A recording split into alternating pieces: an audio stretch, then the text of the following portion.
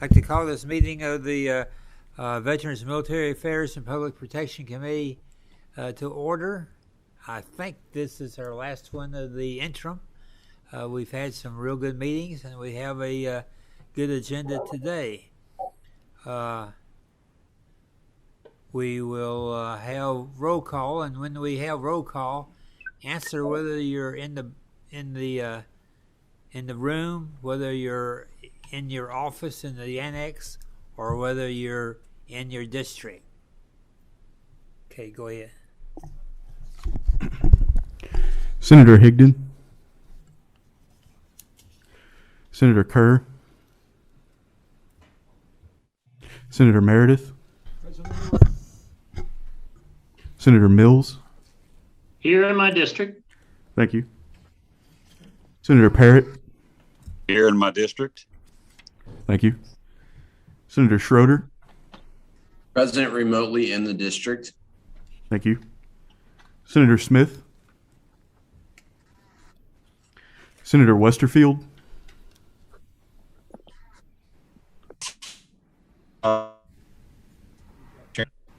There somewhere. Thank you.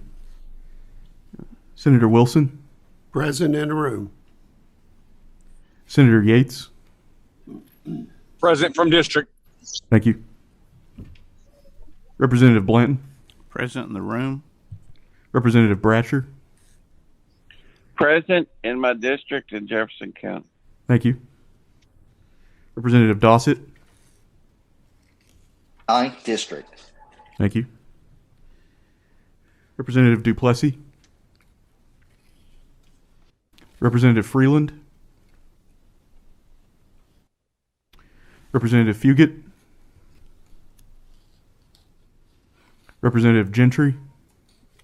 Present from Highview in the 46th District. Thank you. Representative Gooch.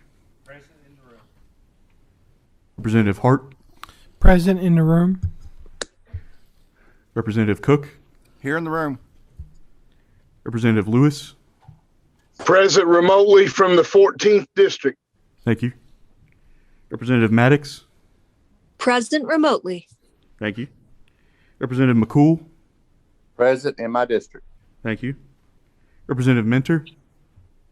Present in my district. Thank you. Representative Sharp. Present in the room. Representative Stevenson. Representative Tackett Lafferty.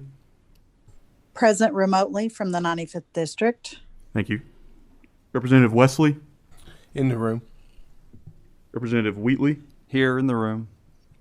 Co-Chair Thomas. Present in the room. Chair Embry. Present in the room. Okay, I'm going to call on Senator Meredith for the Pledge of Allegiance. I pledge allegiance to the flag of the United States of America and to the republic for which it stands, one nation, under God, indivisible, with liberty and justice for all. Representative Thomas is going to lead us in prayer. Let's bow. Oh, Heavenly Father, we want to thank you for all the blessings you bestow on us on each and every day, and for waking us up on this beautiful, beautiful, crisp morning. And thank you and protect and all the military that might be defending our cause for all over this world as we embark to do well and hear from them today and also try to pass bills that might benefit them and their families. Bless everyone as they make travel plans all over the nation through this holiday season, and bless this meeting before us. It's in your great name we pray. Amen. Amen. Do we have a motion to approve the minutes? So moved. Second. Okay, all in favor say aye. Aye. It's unanimous. Okay, before I get into the agenda, I'm going to call on our co-chairman, Representative Thomas, for a few remarks. He's going to have to leave early because of some commitments. All right. Thank you, Mr. Chairman. I just wanted to let the body know that I am receiving quite a few letters. A few years back, we actually passed a bill that would allow our veterans nursing homes and our veteran centers to be able to do contract labor for nurses. Well, obviously now it's kind of hurting some of our nursing homes because the contract laborers are making a lot more than our staff that's already in some of these nursing homes. So I've been receiving a lot of letters, and I told them that I would bring this up. It's probably an issue more so for A&R, so I will pass this on to Representative Petrie.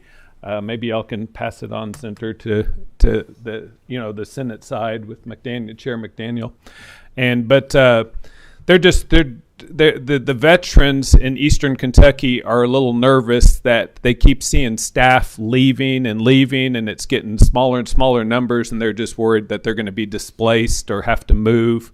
If we're closing wings or something in some of these nursing homes. So just wanted to bring that to everyone's attention formally, and we'll try to keep looking into it as we pass this biennial budget. Thank you, Mr. Chair. You are most welcome. Do we have the representative of the Veteran Community Outreach with us? Huh? Is he here? Yeah, come forward.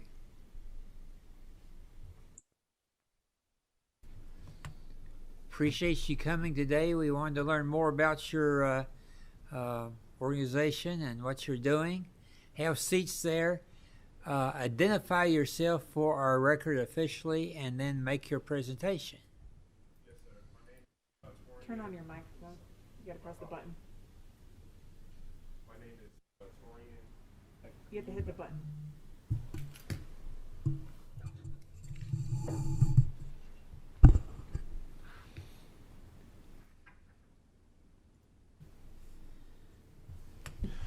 Yes. Can you hear me? Yes. My apologies. Yes, my name is Torian James D.S. Coleman. I am in the Public Relations Officer for Cmp Garage. To the right of me is the two leading advocates for the entire program. They started this program 20 years ago, and it's been continued throughout our nation for many years to come. With that being said, I want to take this opportunity to just say we are very blessed to be here in front of the great leaders of our state. This is an honor, and this is something that we're not going to take for granted.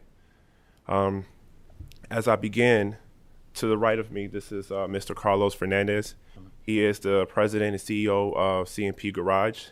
Again, hence the name. It started in his garage, where he was just helping veterans just get the resources that they need in any way, shape, or form when it came to claims, pensions, just name it. He did it for God and country. No charge to any veteran, no charge to anybody. He simply did it for just to help the issue that we have in the VA when it comes to claim discrepancies. Mr. Demetrio, to my right, he is also part of Cmp Garage. He has his own business called 12 Bravo. His organization is for construction. His sole responsibility is to help veterans when it comes to modifying their homes if they have any disabilities to accommodate it. He is recognized through USAA. He's also recognized through multiple military vendors, government commission agencies throughout everywhere. And again, he doesn't charge overpriced. He keeps it within VA allocations of funds, and he will continue to go back and do the job or update, on his own time outside of the VA's request. Again, it's an honor to be here with these two. So as I begin to speak, Cmp Garage, the responsibility is just to make sure that we are the direct liaisons and the direct impact for all veterans. As you know, we have a lot of issues. I've even heard one of the senators mention about veterans not getting the resources that they need, about them having issues getting denied, delayed, and sometimes even passing away before they're even allocated any type of compensation. Our responsibility is to eliminate the 22 suicides every single day. And we're doing that by actioning as many claims as possible. On a monthly, we average 435.6 claims a month.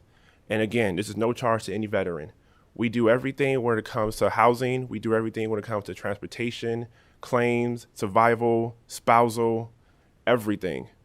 And again, we definitely emphasize that we do this completely for free. So on the slide here, I pretty much answered all those questions for you. And our slide on the next one is Cmp Garage Resources. If you can see this, these are all the resources that we take care of. As I alluded in my previous statement, I mentioned compensation and pension, healthcare, education and training, also scholarships, employment, burial survival, housing and transportation, transitioning homes we're currently working on, military records, honorable discharge, upgrades, medical discharge, benefits, delivery discharge, home improvement, notary public, death claims, reserve guard retirement, civil service and social security claims, board of appeals, and military sexual trauma. So with all of those being said, we take the time to help assure every veteran has some type of help and support in all of those. We do the paperwork for you.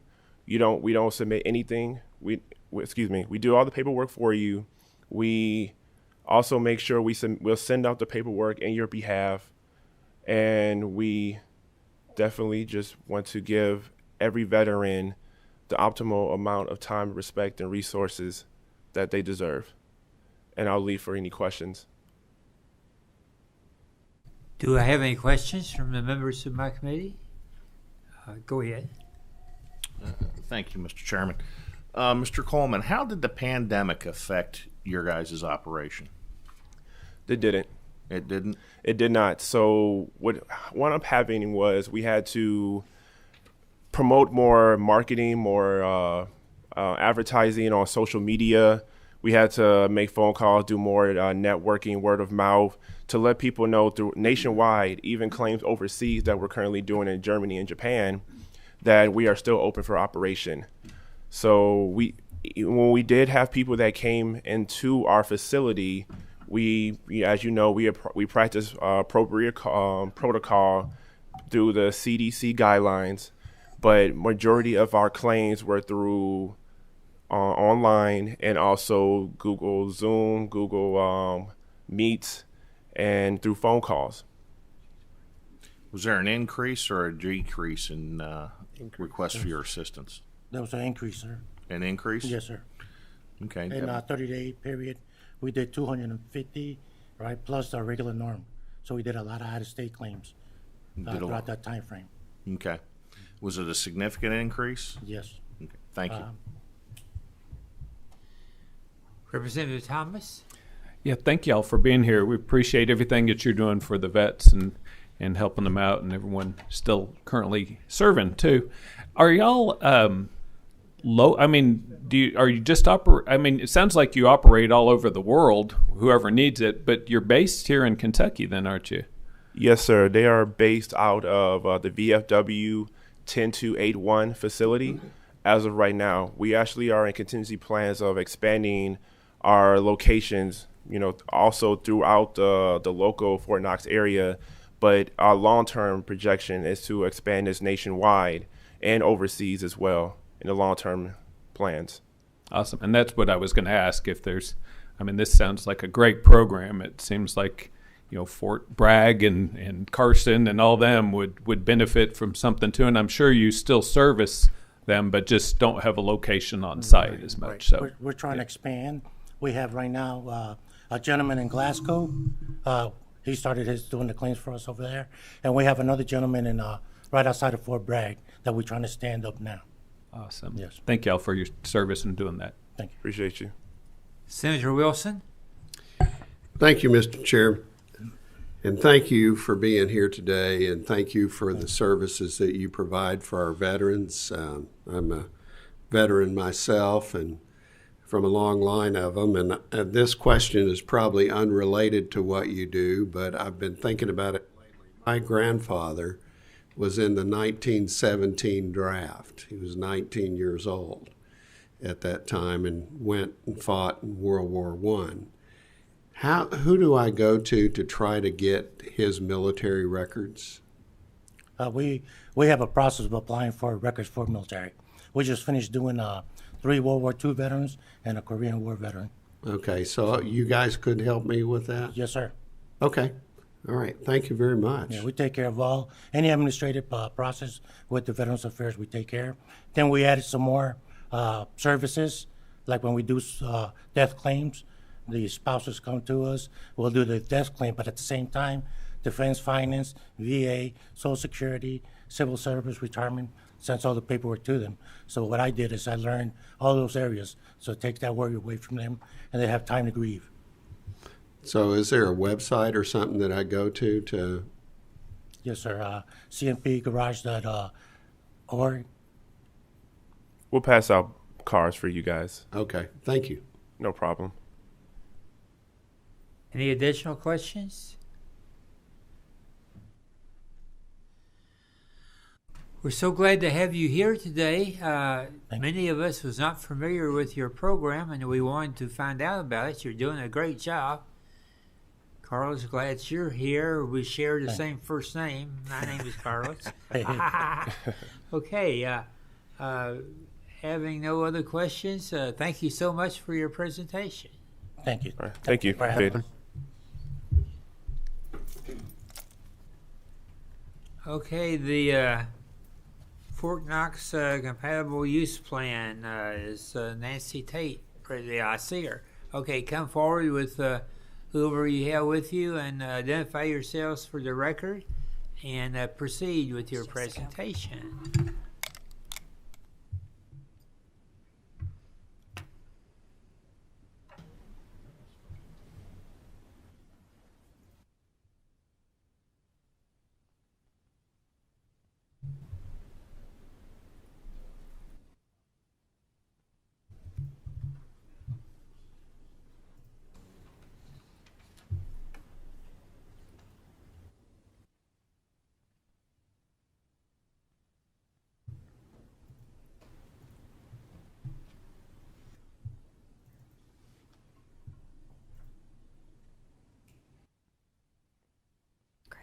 Thank you. Thanks, Jason. Mm-hmm. She didn't trust us.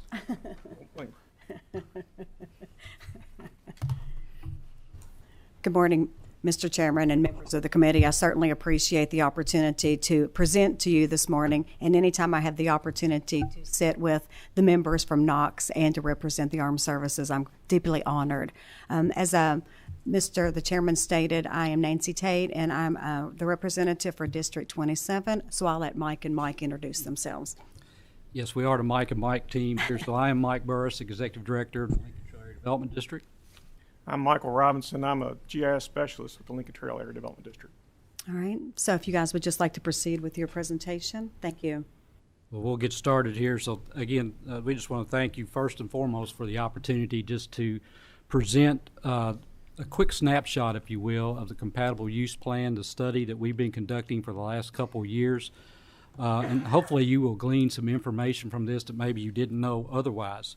And obviously we hope that you do have some questions at the end, and that's what we're here for.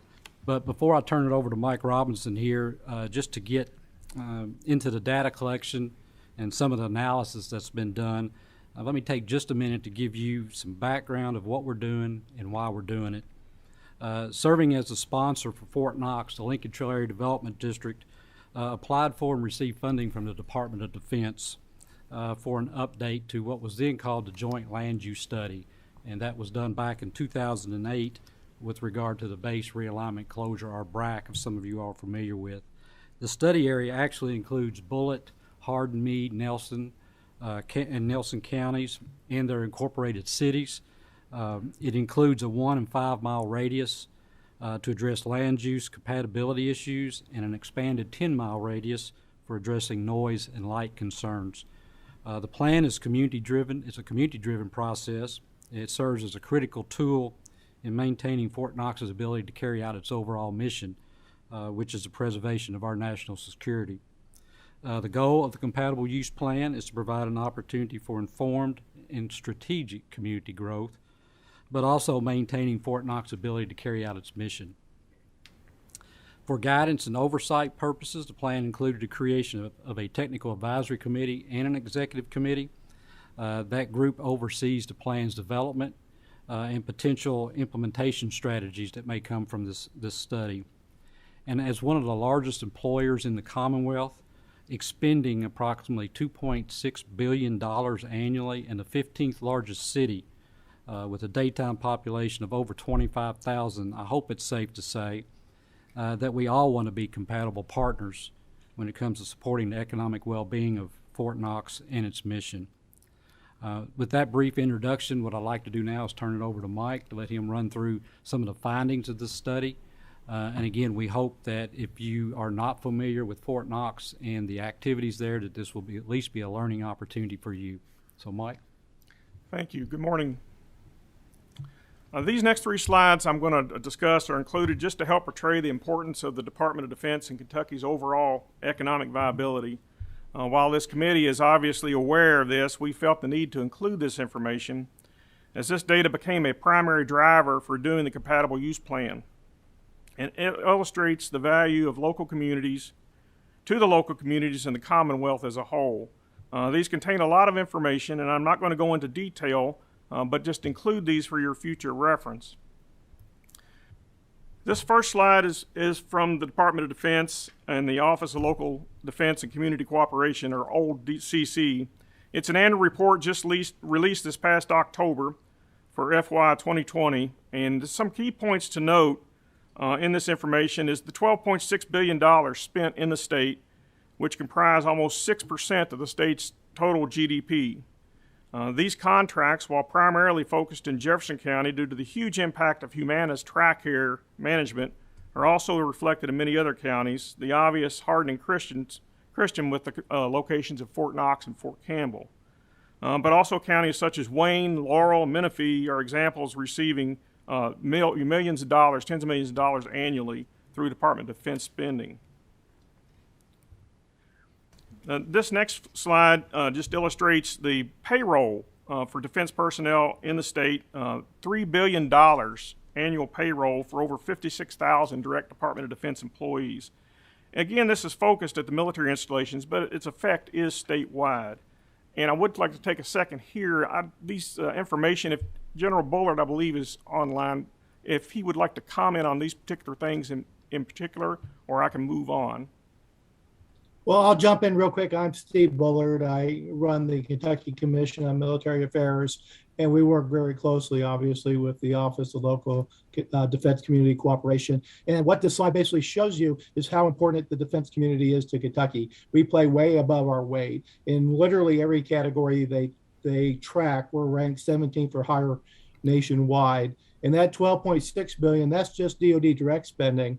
There's another 9.6 or so in contract spending that takes the whole, it's $22.3 billion of DoD investment into Kentucky.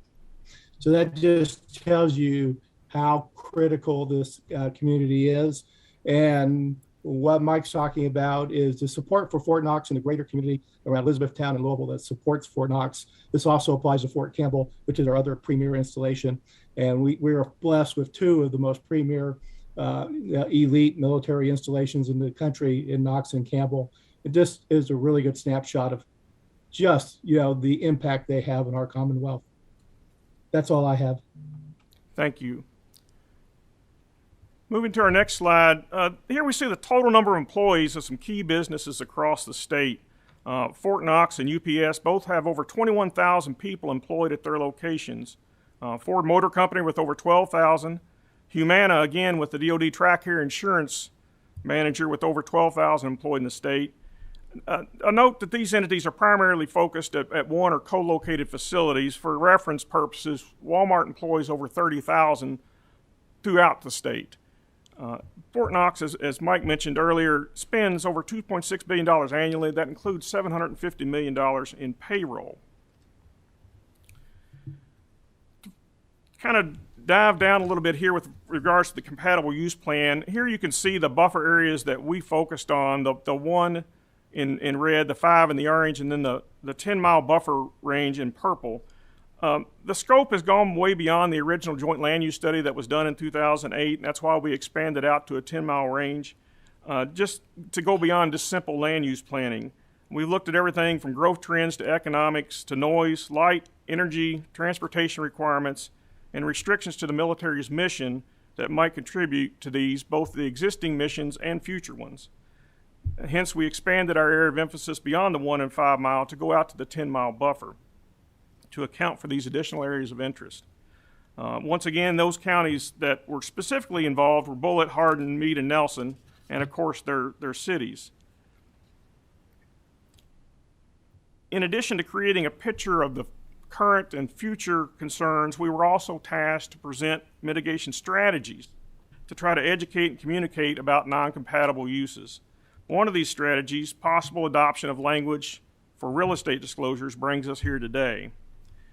To focus on this issue and to drive the data down into what the CUP study found in this issue in particular, we look at population numbers to begin. Fort Knox, as its basic framework as we know it today, was stood up in the 1930s, and looking at the growth trends in these 4 county areas over the past 90 years shows a tremendous growth.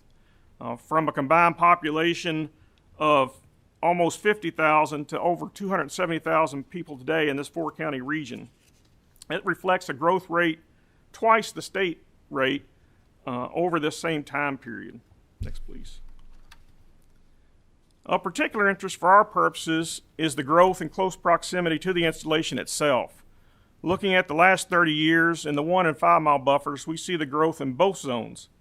From 18,000 in the 1 and 50,000 in the 5 in 1990, up to 20,000, over 20,000 persons in the 1 mile buffer, and over 80,000 persons in the 5 miles buffer.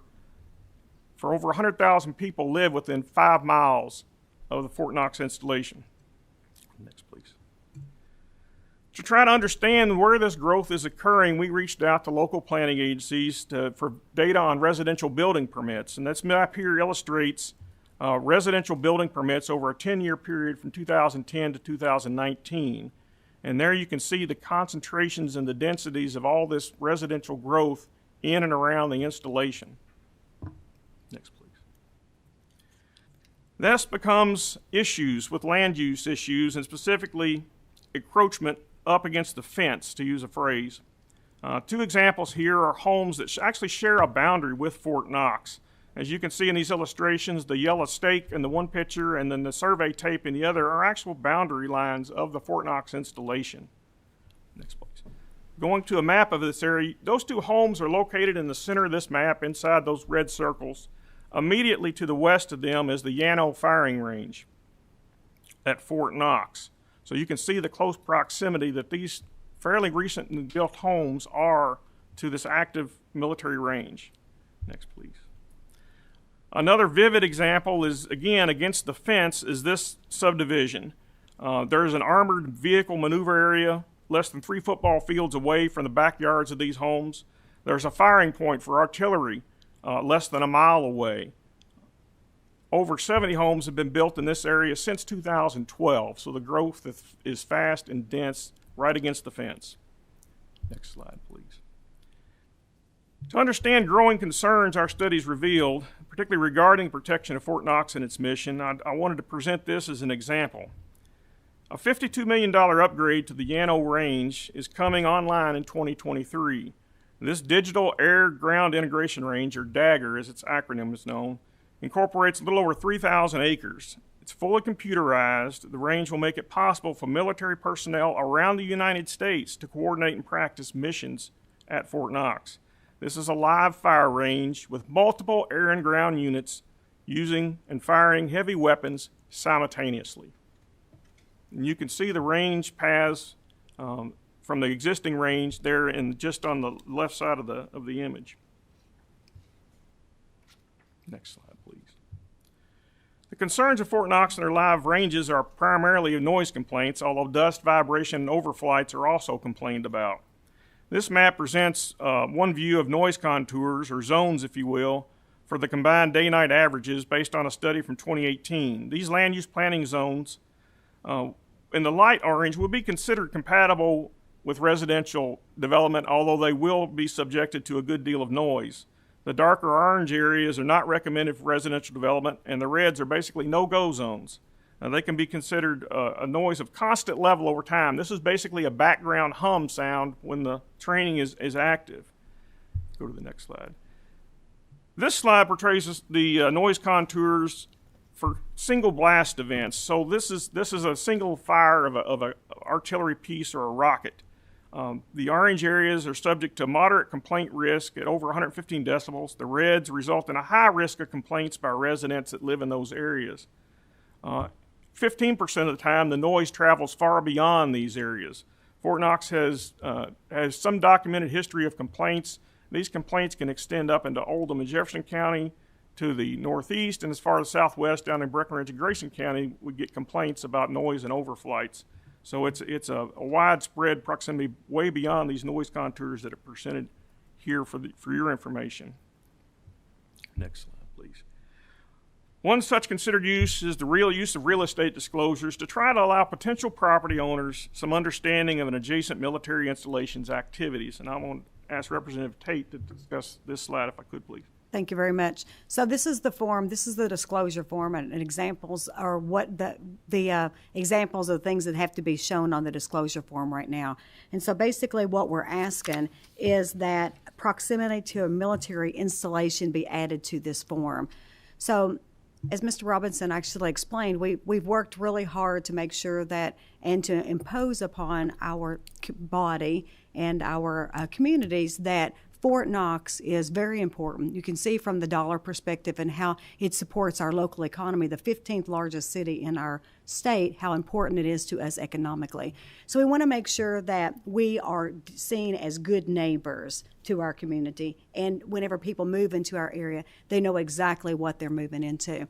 I think the most important part is as Mr. Burris explained, we're all familiar with BRAC, and we're all familiar with the armory installation and how it moved out of Kentucky. So as a neighbor to Fort Knox, I no longer hear the booms in the area. So when you have people that have moved in the last 10 years, they don't really know what they're getting ready to be subjected to, quite possibly in 2023. So we want to make sure people like me know and appreciate that noise, because I hear it as freedom and as money and economics. But we want to make sure that the new people that move into the area actually know what they're getting ready to be exposed to. So I think that just adding proximity to a military installation for the new people that buy into the area or even buy the property to build into the area are aware of what they're getting into. Let me just add, while Mike's moving to the last of our slides here, as Representative Tate mentioned, most of us that have grown up in that area are familiar with Fort Knox and its activities. As we demonstrated here and in the study, what we're finding with the Dagger ranges coming on board here in just a couple of years, it's going to be an entirely different type of mission. Most folks in the general area for the last couple of years actually have kind of been lulled to sleep because the Yano range, as Mike illustrated here on the slides for you, has actually been mothballed while they're in the process of upgrading that range.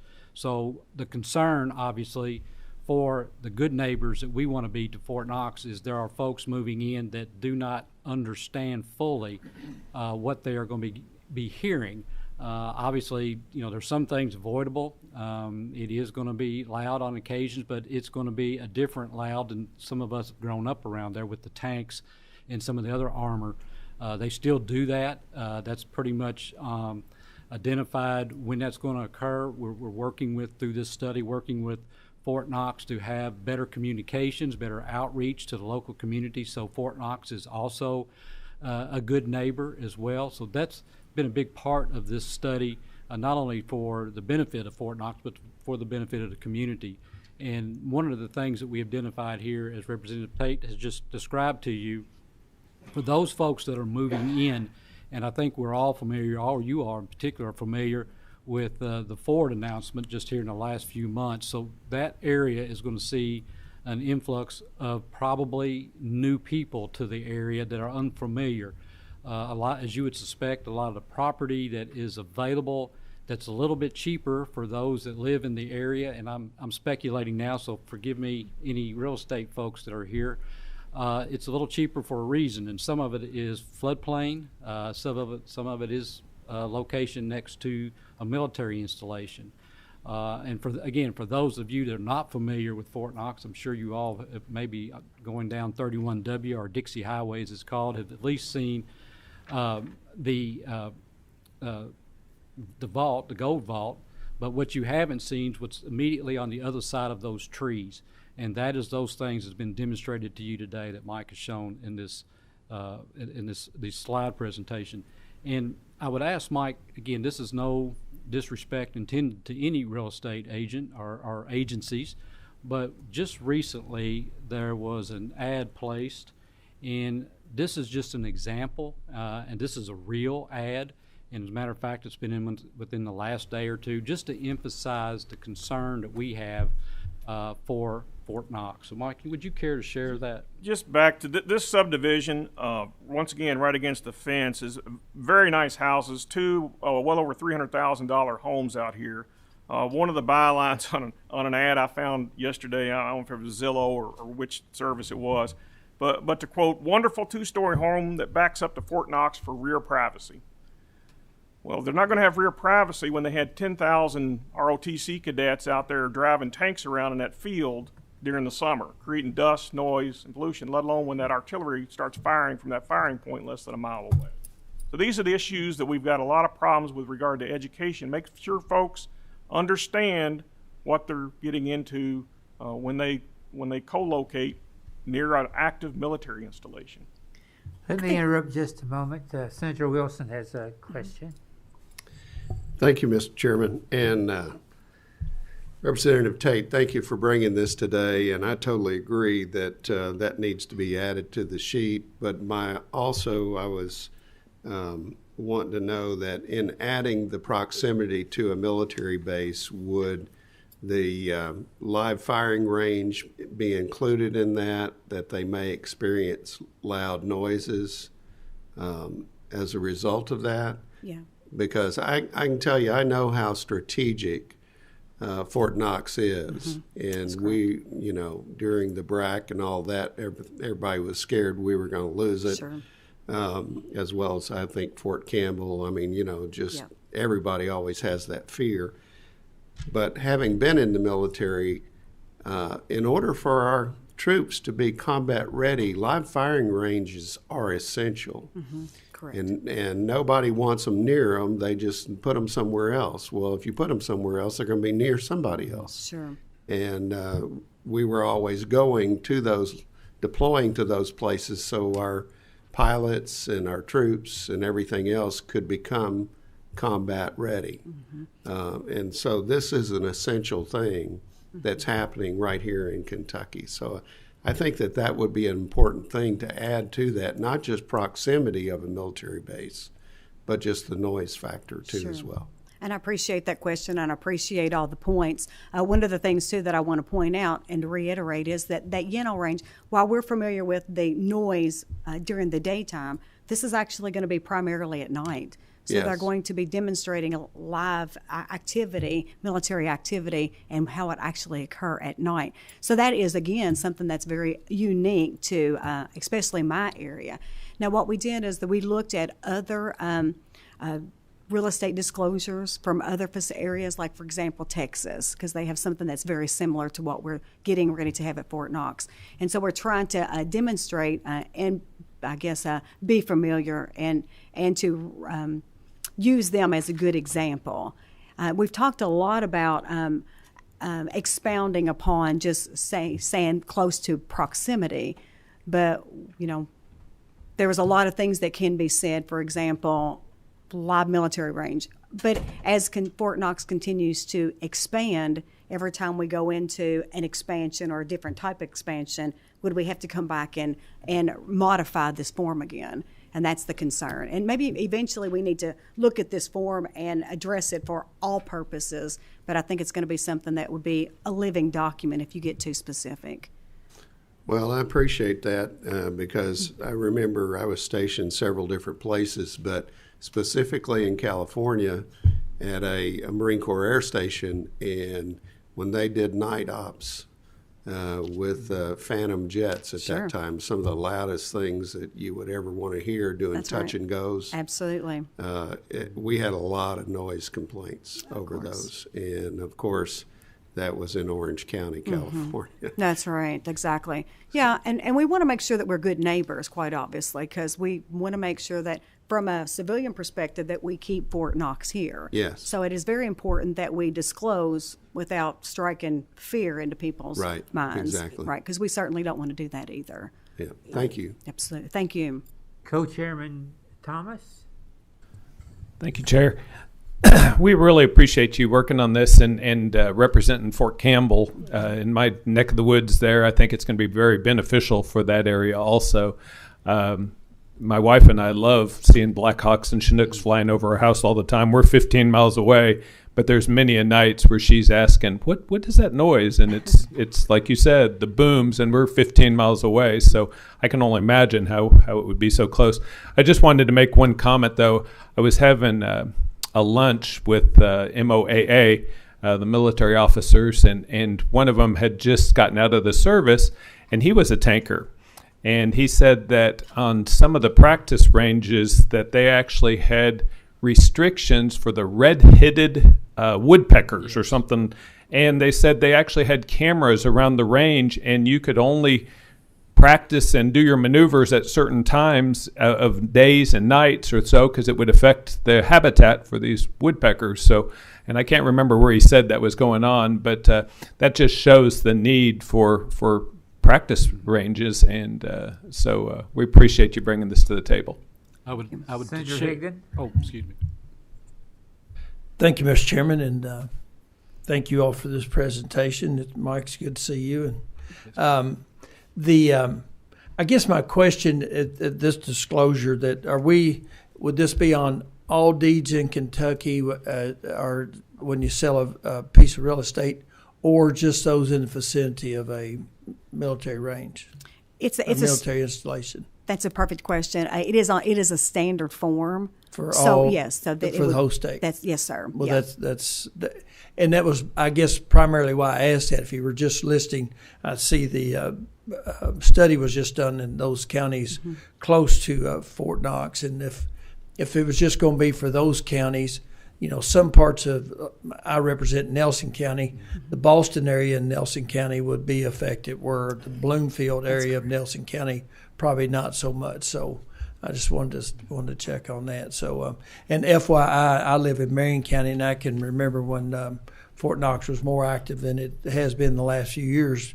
Many a nights being able to hear the what's going on, the explosions or shots or whatever they were, very, very easily from that far away. Thank you very much. That's a good point. One of the things that, as a neighbor to Fort Knox, I constantly hear that since we can't hear all the activity, then people think that it's a dying base, when in reality, it's not a dying base. It's actually alive and well and growing. So it's just kind of funny how we have to hear things, since we've lived there forever, to think that it's growing, thriving. Yeah. Thank you. Thank you. Senator Meredith? Thank you, Chairman Emery, and thank you, Representative Tate, and Mike and Mike. Appreciate y'all being here today. And this certainly seems like a common sense measure, but we know there's a tremendous common sense void in Frankfort. And I think this would be, as our friend Senator Higdon says, a simple little bill, but we know that's up there with unicorns and Sasquatch. So Absolutely. I think it boils down to, it's not about the money, but about the money. You mentioned the real estate folks. Has anybody reached out to them formally saying this is being proposed? And another group I would think that may be interested is county judges in those respective communities, because you will see, I think, restrictions of population growth, and we all want to see that. But is everyone on board? Yeah, so I have reached out to some of the real estate agents and asked them about that. And so their point is that, and before COVID, we actually had some town halls and some other discussions about, the potential of how this was going to grow in this area. Primarily what I've heard from the real estate agents that I've talked to is that this whole form needs to be revamped. Great addition. Maybe we should add other things. But at this point, I'm not willing to take on the effort to redo this whole form. So, and I prefer that this little ask not be the catalyst for that, but it could be something that would be done in the future by somebody who's more familiar with real estate than I am. Estate sales. I don't know how anyone in this world could enter into a property transaction knowing that this is a potential problem, and certainly we want to protect everybody's interests. So I think it's a good measure going forward, and just trying to prepare for what we know will be the onslaught from someone. And That's exactly right. Come out of the woodwork, but that's right. I appreciate your work on this. Thank you, Mr. Chair. Thank you. Representative Stevenson. Thank you, Mr. Chair, and thank you for this. We were, along with Senator Meredith, he must have been reading my mind.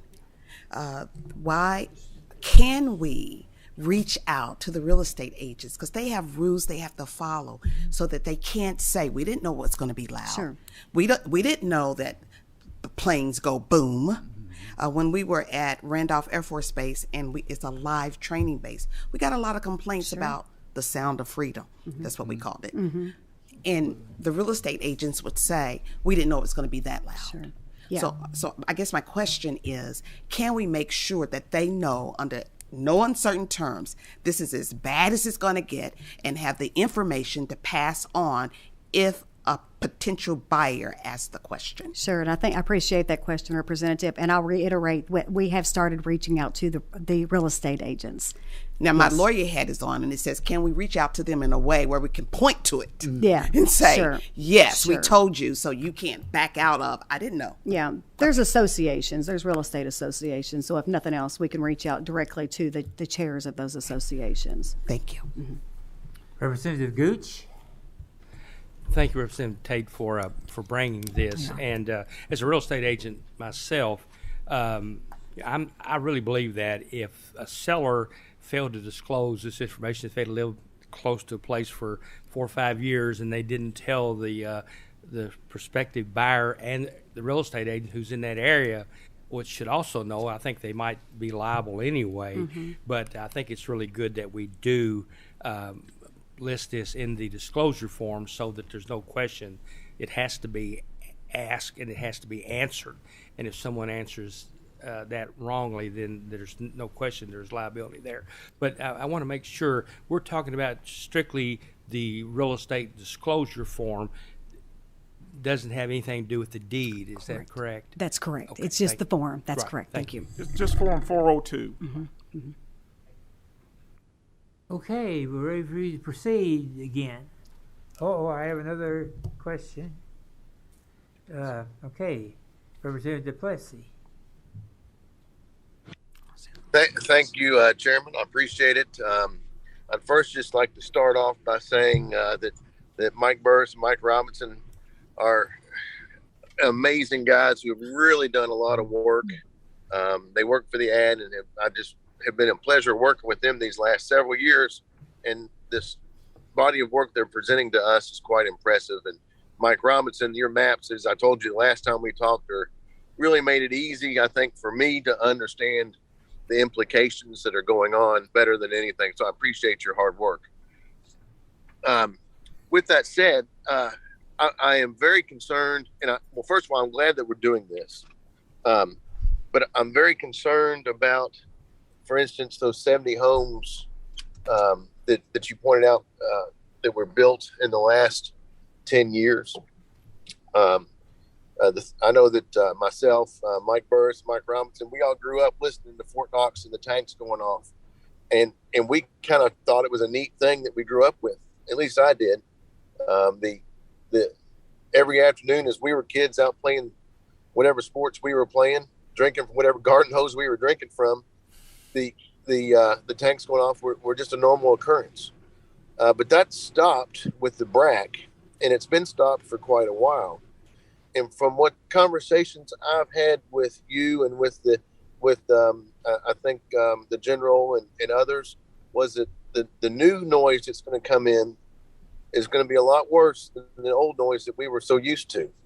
It's going to be not just tanks going off in the daytime.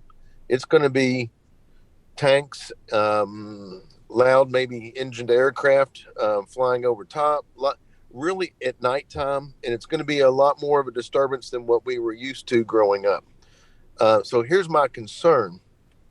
Those 70 houses that you pointed out in that little triangle that's, I think, is popped up on your screen right now. Is the military and or folks in our community going to be opened up to a lawsuit from those people that live there that say, hey, when we built, CUP was not part of this. Nobody told us this was a potential. Is there going to be lawsuits now coming forward because of this and reduced property values? Will the state or the feds have to come up to pay for reduced property values? What are you thinking on these things? Representative, obviously I'm not an attorney. I do know that over the years, Fort Knox has dealt with issues with vibration, cracks in foundations, cracks in walls that get adjudicated through their JAG. I don't know the numbers on those. That's one of the things that when last we spoke with Garrison Command, they were going to look into some quantifiers for that type of thing. But once again, Fort Knox has always been there. The shooting has not gone away. It just hasn't been intense. I would refer you all, if possible, there's a 71-second video that was loaded up to the website along with the other meeting materials that was all filmed on location in Fort Knox. It is active firing that is currently going on and has been going on without let up during this whole time. People were used to the armor school, but aerial firing and artillery 155, that's been going on consistently in addition to tanks. So it's not gone completely away. It has ebbed and flowed over these last few years. But with regard to the legal ends of it, I'm not in a position to really answer that, sir. Representative, let me just say, and to Senator Meredith's question earlier, our executive committee that we talked about, which is one of the standing committees that was created, does include the elected officials of those 4 counties and those incorporated cities. We have been working with them, a similar slide presentation with the data and analysis that we've come up with here. Our hope is that we can continue to move through this process and actually develop some implementation strategies that will help with these buffer areas. Obviously, for those that are there now, it's going to be a little more trying. For some of our communities, a couple of our cities in particular, which is obvious in Hardin County and also in Bullock County, there has been growth that, as we've already shown to you today, that sits right on the boundaries. That's going to be much more of a challenge, obviously. What we want to try to do, as I mentioned early on, and we try to demonstrate here, is that there is more informed and strategic growth for those communities that are right there, impacted more so than others by Fort Knox and its mission. But Representative Duplessis, to your point, and I think as Mike was saying, I guess we'll be finding out. Okay, well, I appreciate your forward-looking on this project and the fact that you're looking out for future projects, and I applaud your work. Thank you, gentlemen. Thank you. Okay, proceed now. Well, just to kind of wrap up from my perspective, what we've talked about today just describes one tool that we have available in a part of our implementation strategy of the CUP to try to help mitigate any impacts with compatible use. This particular tool happens to be something that can only be addressed at a state level because there are no local means to enforce any kind of real estate disclosures or anything on deeds. So that's something that's why this got brought forward to this body. We're working with our local communities, as Mike mentioned, both the cities and counties, with regard to understanding their zoning, perhaps building code, noise attenuation type things, light pollution. So light attenuation, outdoor lighting is another thing that we're looking at. So we got a whole list of things that we're looking at that we've put into this plan. The draft is getting ready to turn into the final format, and the entire plan is currently available on our website there at missionknox.org if you're so interested. But that's what I have today, Mr. Chair. Okay, any other comments from the panel? Any other questions from the committee? Thank you so much for your presentation. Thank you very much. Is Commissioner Allen available?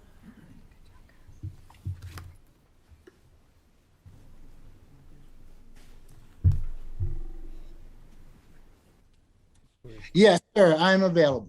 Okay. Identify yourself and go ahead with your presentation. Yes, sir. My name is Commissioner Whitney Allen, the 7th Commissioner for the Kentucky Department of Veteran Affairs. Good morning, co-chairmans and members of the committee. If my slide is available, if you can punch it up, that would be great. If not, please give me share capabilities. Ladies and gentlemen of the committee, you should have 2 products from us, a slideshow that we will present today, and then also a more detailed report for the impact on KDVA's benefit advocacy operations during the UIC tail and the COVID-19 pandemic. I think you can share your screen. We can't see it. Okay. Let me see. Okay. Can you see it? Yes, we can.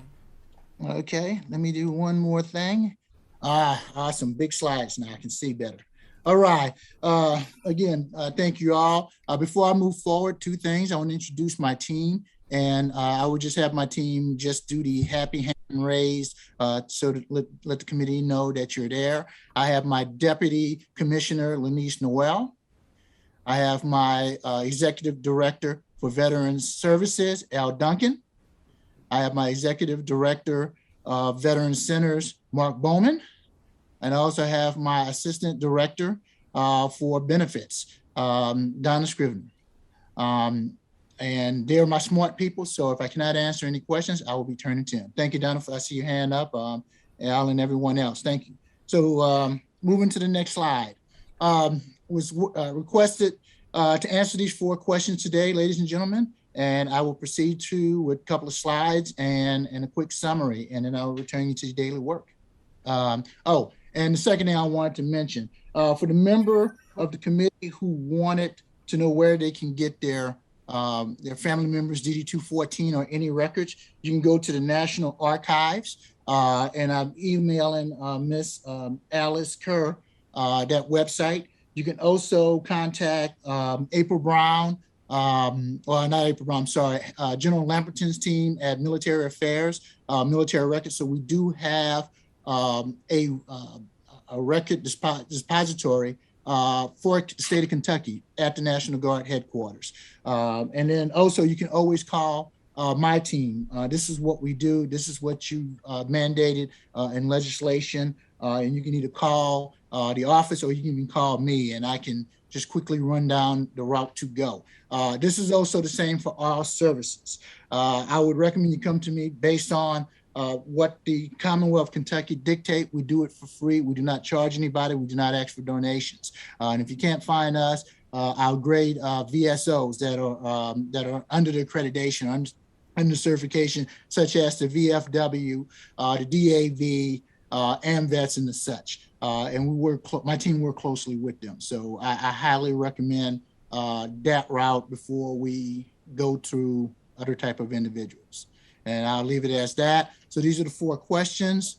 A little bit of background. We know what happened for COVID and then the UI situation. But by May 1st, there was a strategy to really involve the whole Commonwealth of Kentucky government to support UI, and KDVA was one of the agencies with the skill set that was requested to support this operations.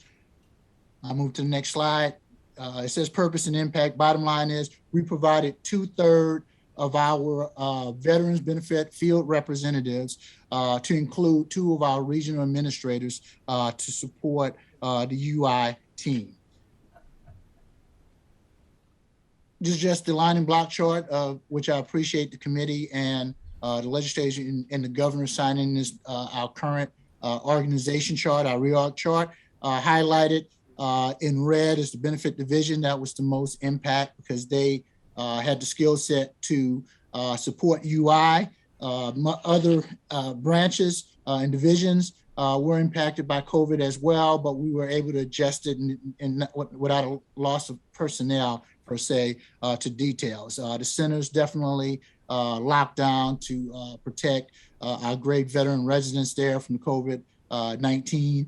And then the cemeteries suspended operations temporarily and then eventually restarted with COVID procedures and was able to catch up with the caseloads there and successful burials. Our state programs, well, they were suspended for a while, just like every profit, nonprofit, or any agency out there until specific COVID-19 restrictions were in place and procedures to do safe state programs operations. With the exception of the Homeless Veterans Program, that kept coming. We kept the calls rolling.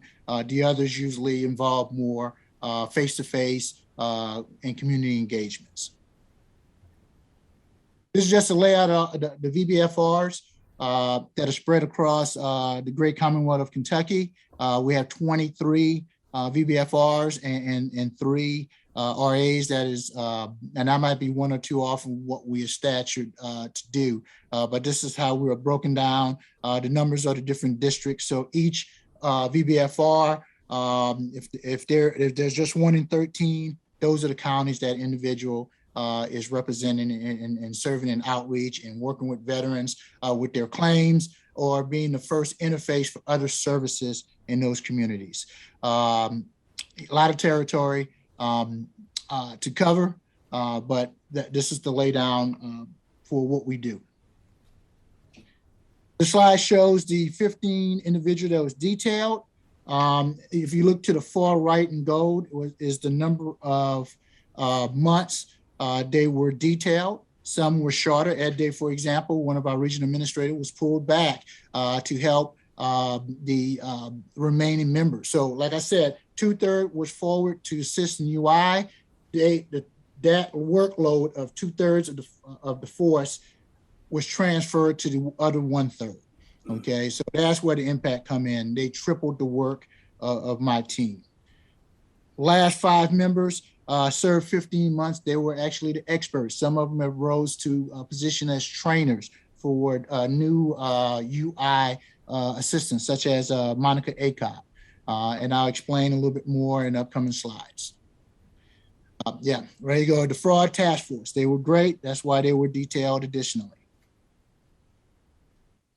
Okay, very important chart right here. One of the questions asked, how did it impact production, basically for claims? So if you see everything up to February 20th, February 2020, July 19, February 2019 to February 2020, that is the average production.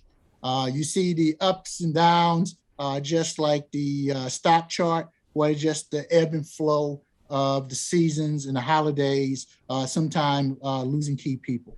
But the big piece come where we're at February 20th and we had the COVID-19, the strict procedures that were put in to slow operation down and let the rest of the world or the country catch up on combating this virus. So you saw a sharp decline in production.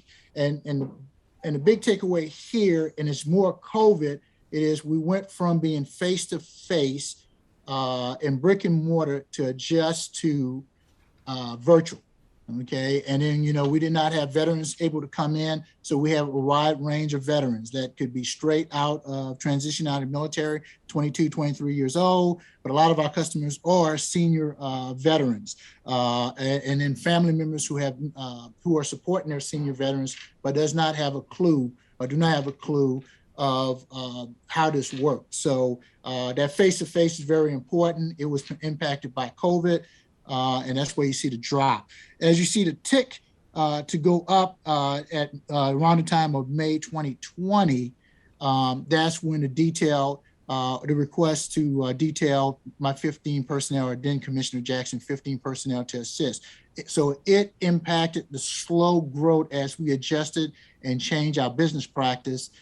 As we changed to detail those individuals, just slowed the growth to return back to normal. And as you can see, the different comments, it shows you 15 of 24. Those are the individuals that were there 2/3 of the force. You see around August, after the first 90 days were done, we was now down to 1/3 of the force. And then eventually at the end of the year, we were able to get all our individuals back to support the team. This chart here shows the claims of pensions, compensation, survivor benefits. So it is the whole gambit. As you can see, we do in great times prior to the pandemic, we're averaging around 350 claims per month across the state. Majority of them are in-state veterans or transitioning out of Fort Knox and Fort Campbell. We have onesies and twosies that are outside the state based off either they have some connection to Kentucky or was with us at some point in time. You see the drop off, but it has been steadily climbing ever since we returned the team.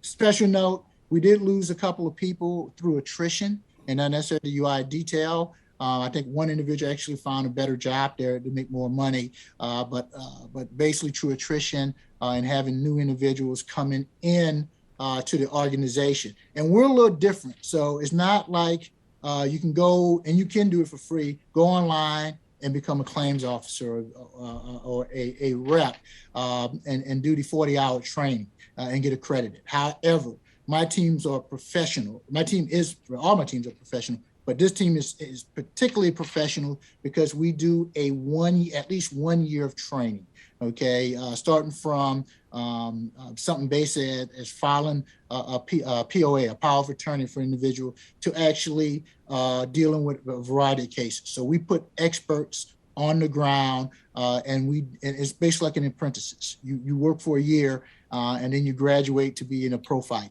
at the next level. This chart here shows you the income that we generate with all these claims for veterans. It's a running claim.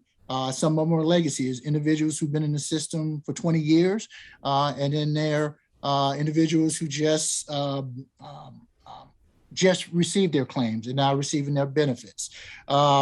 It's steadily growing. We would like to grow it more. It probably would be at a higher rate if it wasn't for the details back in the July, August, and September timeline, but that's A-okay. Our goal is to continue to grow KDVA to provide this service, this free service, and also teach and train our fellow VSOs to make sure they're following the same guidelines so they can be more efficient. A great example of training that the Benefits Division did for volunteers, a one-day training, let them know what it needs to be, what they need to, the toolkits they need to have to be better claims officers. And this was done, I believe, November 18th at Eastern Kentucky University in our partnership. So we want to generate more money for our veterans to improve their quality of life. Also, that's money that improves the economy of the Commonwealth.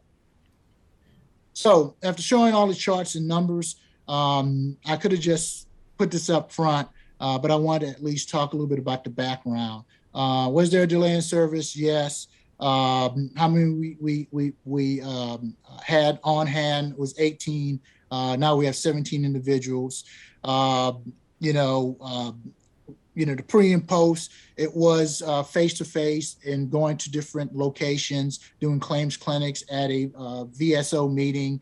Now we're doing it both, working virtual, going to events safely. I'm charging my team to start working with companies. My deputy commissioner, Noel, is already lining up an opportunity with Humana to talk claims and take claims, and then actually help them have somebody who teach somebody who understands the system so they can have a better interface with KDVA. And we're going to look at UPS and just other areas to support veterans. Show you the charts. You're welcome to go back and look at that, and I can answer any questions. Is it happening now? No. Did it impact us with claims? Yes, it just slowed the process. I will tell you and give a note. I was talking to Donna. VA federal, that's usually what's next after we file the claims and forward it to VA. We continued on.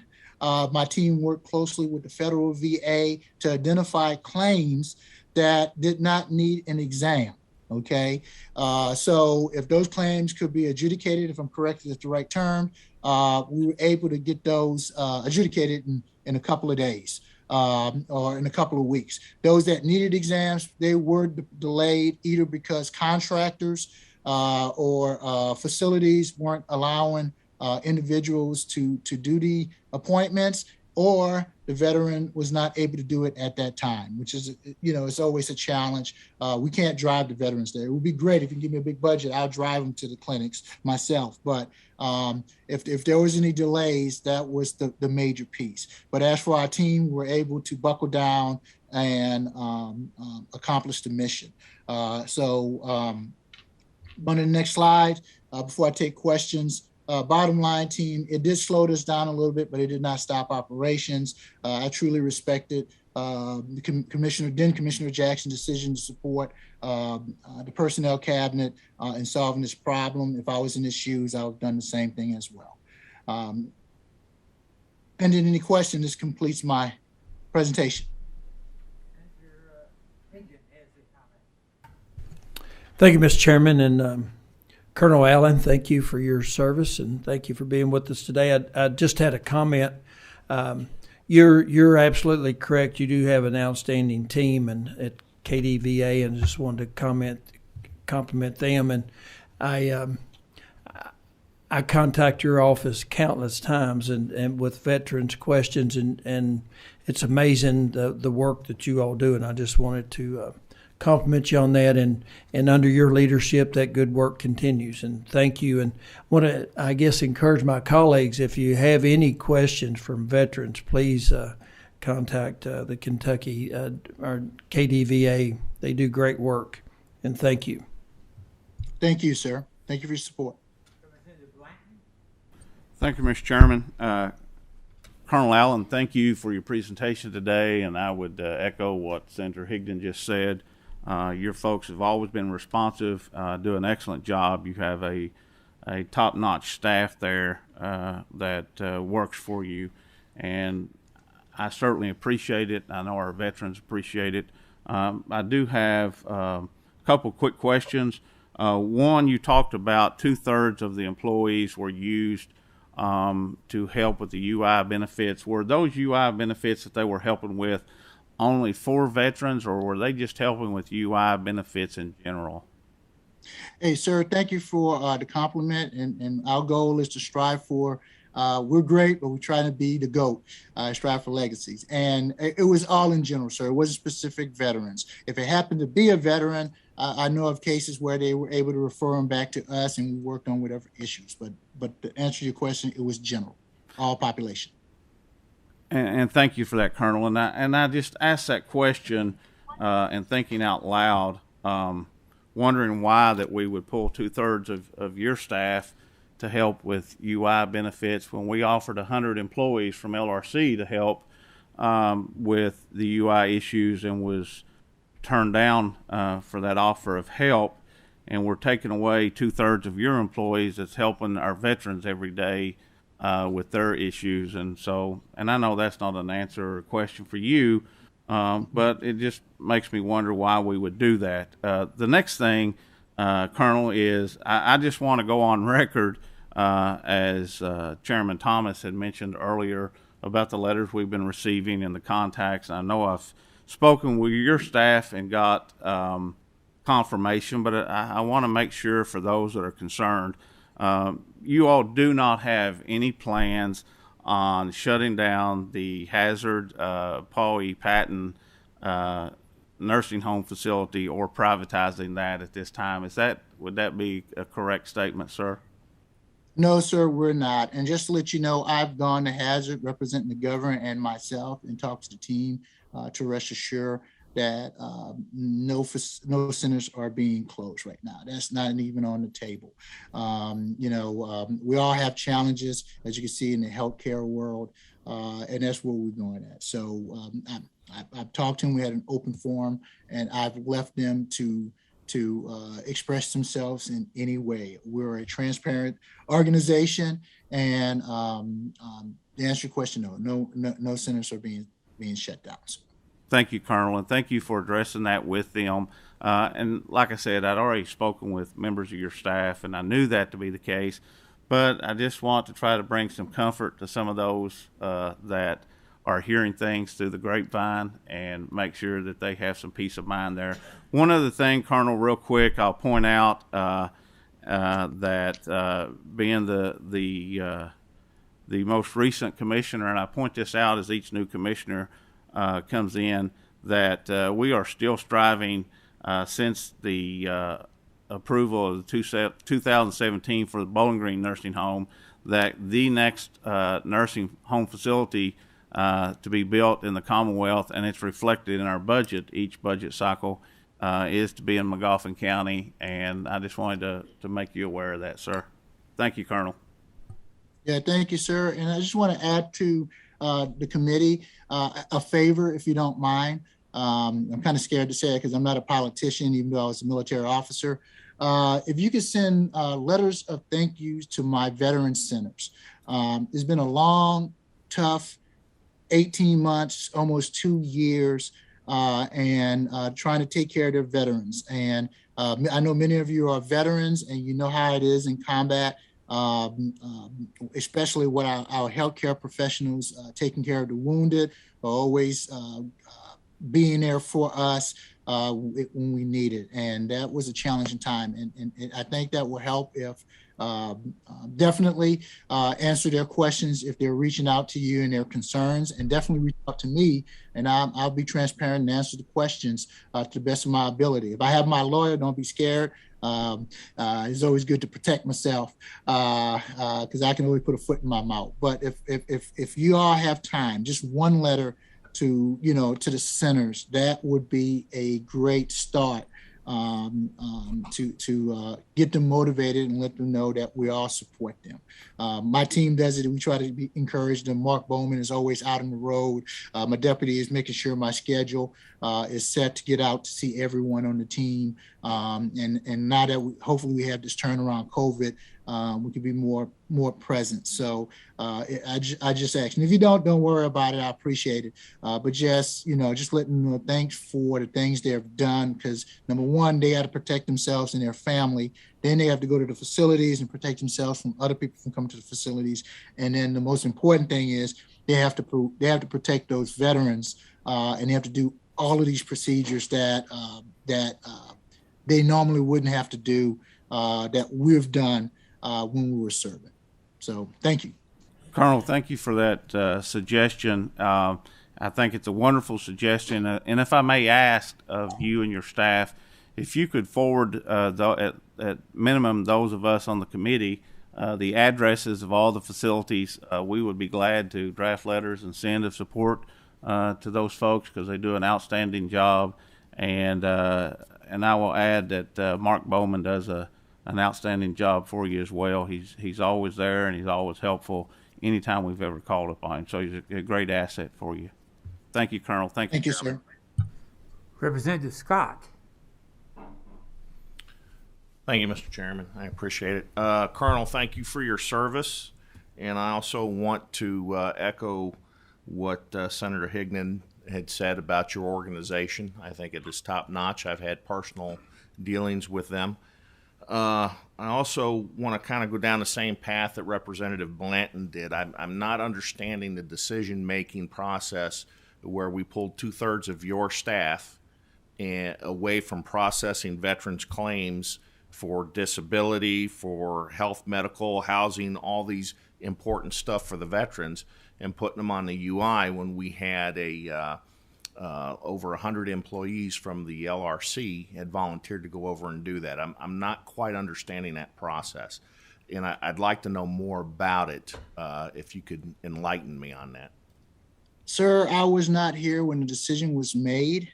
When I arrived, we were already moving forward, and I supported Commissioner Jackson's decision. Now, I would tell you from my perspective, as I was learning the organization quickly, coming as chief of staff, and then acting deputy for a time being, is I can see why it's attractive to pick KDVA.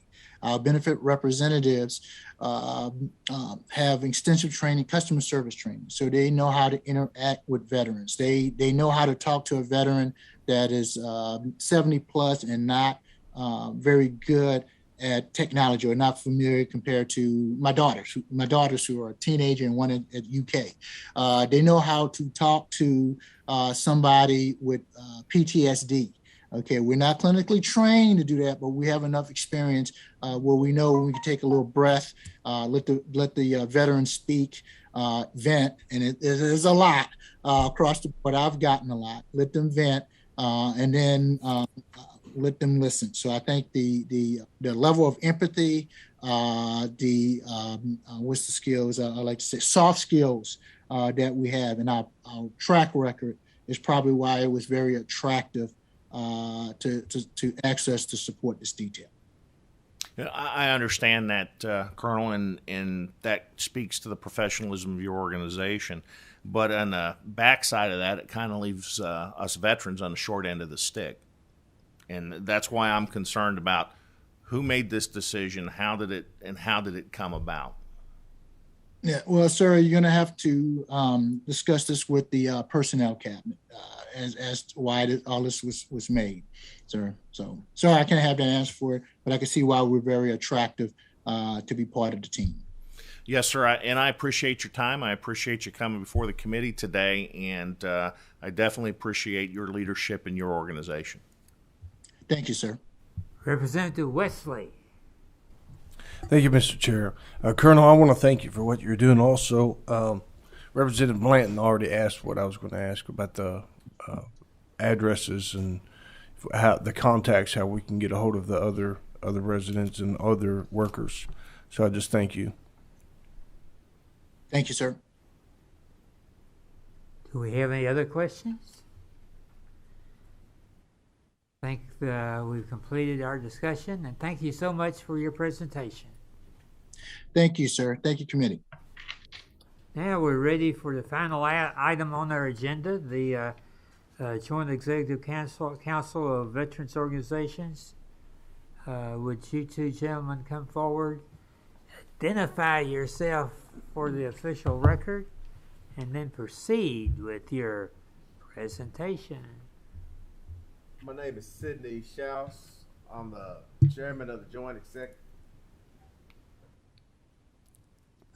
Excuse me. My name is Sidney Schaus. I'm the chairman of the Joint Executive Council of Military Organizations. We represent 26 veteran organizations here in the Commonwealth of Kentucky. I have with me my legislative chairman, retired Colonel Larry Arnett, who is here to make the presentation. Thank you, Mr. Chairman, committee members. Let me just turn this around a little bit. Gentlemen, y'all have been very appreciative of the work of the folks that support veterans, but let me turn this around. The fact is, on behalf of the 26 veteran service organizations and the 295,000 veterans and their families, we ought to be thanking you. And we will thank you. The fact is that we would not be here in Kentucky at a status without your blessing and strong support. Well, just take a look. Over the last 30 years, and I've been working with this committee for 33 years. Over that last 30 years plus, you've created a new department. Commissioner Allen has just given you a briefing in regard to that department. That department speaks and works solely on behalf of Kentucky veterans and their families. We didn't have that prior to the establishment of that department. I served as a division director for Veterans Affairs here in the state of Kentucky prior to the formation of that department. So that in itself, you've turned around and you've funded 4 veteran nursing homes and funded their operation. We're also in the process of building a 5th nursing home to take care of elderly veterans. Thank you. You funded the construction and the operation of 5 veteran cemeteries to make sure that we have a dignified burial opportunity for our veterans and their families if they so desire. They talked, Commissioner Allen talked about the very robust benefits counseling program to make sure that veterans get the earned benefits. KDVA works very closely with the veteran service organizations who do the same thing. And between the two, we make sure that veterans get the benefit claims that they so rightfully earned.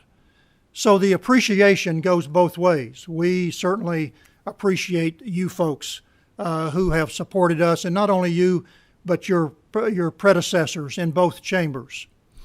So let me just tell you today in regards to what we would ask for your consideration in the upcoming General Assembly session. We do not want to backslide on any of that progress. We don't want, and I know that you don't, want to see any regression in the amount of support that we jointly render to the veterans and their families here in the state of Kentucky. So we ask this committee on both chambers to make sure that KDVA is given a strong and sustainable budget in this upcoming General Assembly session. That's our JECFO's number one priority and that of our 26 member organizations. Absolutely critical, ladies and gentlemen, to the success that you have achieved thus far. Let us not slow down, and let us make sure that we continue to make progress. Our number two priority in this last session, Representative Cook was a strong advocate to achieve something that we have tried over the last two sessions, and that was getting the Veteran Service Organization property that is owned by those VSOs exempt from state and local property taxes. We weren't successful in getting a standalone bill passed in that endeavor, although we appreciate all of the efforts and the support of members of this committee on both sides. But we were successful jointly in getting the language of House Bill 14 inserted into the revenue bill. Now that is the positive side, because that has been very successful. Now why do we want to do that? Well, the fact is that our Veteran Service Organization posts, some of them work on a string. If there are any hiccups, and we just had a giant hiccup with the COVID experience that we've had last year. Some of those posts came very close to closing. Why is that important? Just look at the success that those VSO posts provide your communities in charitable contributions. But even more importantly, it provides a proximity source. Now, KDVA has talked about their representatives, their benefit counseling representatives. But the veteran service organizations, through their posts, provide proximity to your veterans and their families to, if they want and need claim service. Those posts are the open portal in order to begin that process. Exempting them from property tax allows them to continue to stay open and provide those benefits. What we are asking you in this upcoming general session is that you go ahead and reauthorize that VSO property tax exemption in your revenue bill. We've discussed this with Representative Cook and decided not to go again with a standalone bill, but we would ask that you go ahead and consider placing that once again in the revenue bill and extend that opportunity for those property tax exemptions.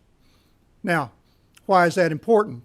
Well, it's important for two reasons. One is that the monies that they save by not paying that state and local property taxes turns right back around and goes back into your communities. The second more important point is that it also gives us another couple of years to develop the data where we can come back to you and your A&R members and say, look, there are no negative impacts to this property tax exemption. So just provide us the ability to have that tax exemption in your next upcoming budget, and we will go ahead and collect the data that is necessary to perhaps come back to you in a couple of years and seek a permanent solution to this tax exemption problem. So that's our number 2 priority. Now, our number 3 priority is that we are strongly in support of an initiative led by the Kentucky Commission on Military Affairs and Brigadier General Retired Bullard to exempt military retiree pensions from state taxes. The presentations that you all have heard previously provides the rationale to support that. We look at that as one more way of the Kentucky General Assembly recognizing the contributions that veterans have made, not only for the peace and security that we have on a national basis, but for the security and reaction that they provide to us in the state level. These veterans have come back to the state of Kentucky, and not only do they provide the revenue from their benefits, and one of the presentations earlier talks about much of the benefits that Kentucky derives from the Department of Defense industries, but we also get the same ripening benefits from our retired veterans who live here in Kentucky and achieve retirement benefits. And so we ask that you consider, and I know that there is some support from some of the veteran organizations that we have here in the state of Kentucky, and we represent those individuals. But we also know that there is also strong representation and support within your General Assembly to achieve that. And so whatever mechanism that you decide is the best way to approach that, I just want to ensure that you understand that the 26 veteran organizations that we represent strongly supports that initiative. I'll close with one last item, and that was that we, back in May of this year, the Joint Executive Council of Veteran Organizations of Kentucky passed a resolution expressing our strong support for hyperbaric oxygen therapy treatment for our veterans. Now, that resolution, Mr. Chairman, was provided to the 2 chairmen. I hope that a copy of that resolution is in your package for you to take a look at. There's strong rationale for Kentucky to follow the lead that you achieved in 2018.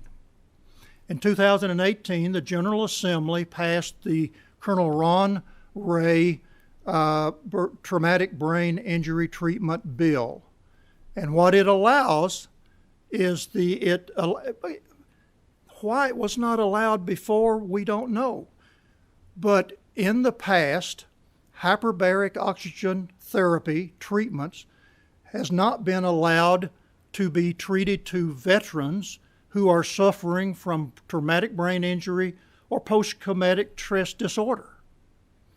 The bill that you passed in 2018 authorizes treatment facilities in Kentucky who were previously not authorized to treat veterans with those 2 distinct and serious physical illnesses. Now, what we are asking this body to do, and with your support, 2 things. We are asking that when the session begins in this upcoming session, that you invite Mr. Eric Kalita, who is the National Director of Treat Now and is also the State Director of HBOT for Kentucky here in Kentucky. He's the State Director.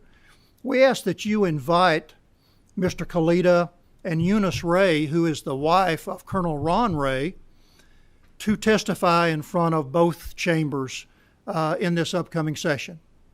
If you do that, it opens the door for you being further informed of the value of HBOT, and that's the acronym that you're going to hear, hyperbaric oxygen therapy treatment. HBOT, treatment for veterans. We ask that you consider that. The second thing that we ask that you consider is that the U.S. Department of Veterans Affairs actually has a pilot program that they have initiated because the U.S. Congress directed them to do so, where they have selected 5 veteran medical centers to actually engage in hyperbaric oxygen therapy treatment for veterans. We would ask your consideration in this upcoming session to sponsoring and supporting a joint resolution that would be directed at our U.S. congressional delegation, asking them to encourage the U.S. Department of Veterans Affairs to add Kentucky's 2 veteran medical centers, Louisville and Lexington, to that pilot project. If they do that, because believe it or not, folks, we are only one of 7 states in the United States that has moved forward on this issue. And so it is absolutely timely that Kentucky's 2 VA medical centers be added to that pilot project so that we can begin getting that treatment to our veterans here in the state of Kentucky that are suffering from traumatic brain injury and post-traumatic stress disorder. How many does that impact, you ask? Well, there's 8,400 plus individuals here in the state of Kentucky that are impacted by TBI or PTSD. Over 8,000 here in the state of Kentucky. Our veterans that are suffering that cannot get that treatment at the VA medical centers here in the state of Kentucky. Is it available in private facilities? It is. We have facilities here in the state of Kentucky that offer this kind of treatment. Why is that important? Well, that means that they have the chambers necessary to provide that treatment, but it also dovetails directly into the U.S. Department of Veterans Affairs community treatment program, where they are actually contracting with local providers to provide treatment in proximity to where the veterans are. And so we have those statewide, and we would ask your consideration on both of those entities. On behalf of our members and the 295,000 veterans and their families that we have here in the state of Kentucky, we are thankful for this committee in both chambers. We are thankful for the General Assembly being strong supporters of our veterans. So we offer our thanks to you for that. And we stand ready to address any questions that you may have. Thank you, Mr. Chairman. Thank you, gentlemen. Very strong presentation this morning. My comments are for your number 2 priority, and that's the Veteran Service Organization property tax. For everybody on here on this committee, thank you for your support of that. It's because of the strong support that we had that we were able to get that written into the budget. So that being said, the standalone bill is very complicated. If anybody has any questions on that, stop by, catch me, and I'll explain to you why that is complicated. There's lots of debate whether or not that actually needs to be a constitutional amendment. Representative Bratcher and I have run companion bills on this with a constitutional amendment trying to pass it that way. We've tried both avenues trying to get that done. We finally were able to work this out and get in the budget. But the load falls on all of us now. So when the budget meetings start coming up and when you meet, session and that starts going on, one of our priorities, please, everyone on Veterans Committee, list this as one of your priorities, that we make sure that that stays in the budget. And that's something that we'll have to ensure every year that we do that. So thank you, gentlemen. Representative Blanton. Thank you, Mr. Chairman. Gentlemen, thank you for your presentation today. Certainly supportive of your all's priorities, always have been and always will be. And I just ask for your all support as well, as I'm sure you're familiar with Mr. Larry Lanning and his push for us in McGoffin County on our Veterans Nursing Home, and the impact it can have not only on our region but on our Commonwealth, as unlike some of the facilities, we've proven in Eastern Kentucky we can fill the beds and we can staff the personnel. And that's one of the problems some of the other facilities are having. They're not able to do that. Well, we can, and I think that is shows that that is a prime location to serve our veterans in this Commonwealth. So I hope for Jeffco's support in that endeavor. Thank you. Representative Blanton, I might address that. I had the privilege of actually being in Mark Bowman's position at the time when we were developing the getting the funding and actually constructing the home that we have in eastern and western Kentucky, and I actually had the privilege of being running actually working at the Thompson Hood Veteran Center in Wilmore while we were doing that. And so the first element was that we would put one in central Kentucky, then we would hit the two extremes in eastern and western Kentucky. Southern Kentucky got a little bit of ahead of McGoffin County in their work, and so they were wound up being next on the list. But there is no question that northeastern Kentucky is and should be the next location for another home should we be able to fund one. Thank you. Any additional questions? Thank you very much for your presentation. This concludes this meeting. Of course, this committee was split into two in January, the House Committee and the Senate Committee, and that's when we will next meet. If there's nothing else before us, we're ready for a motion to adjourn. We have a motion, second. All in favor?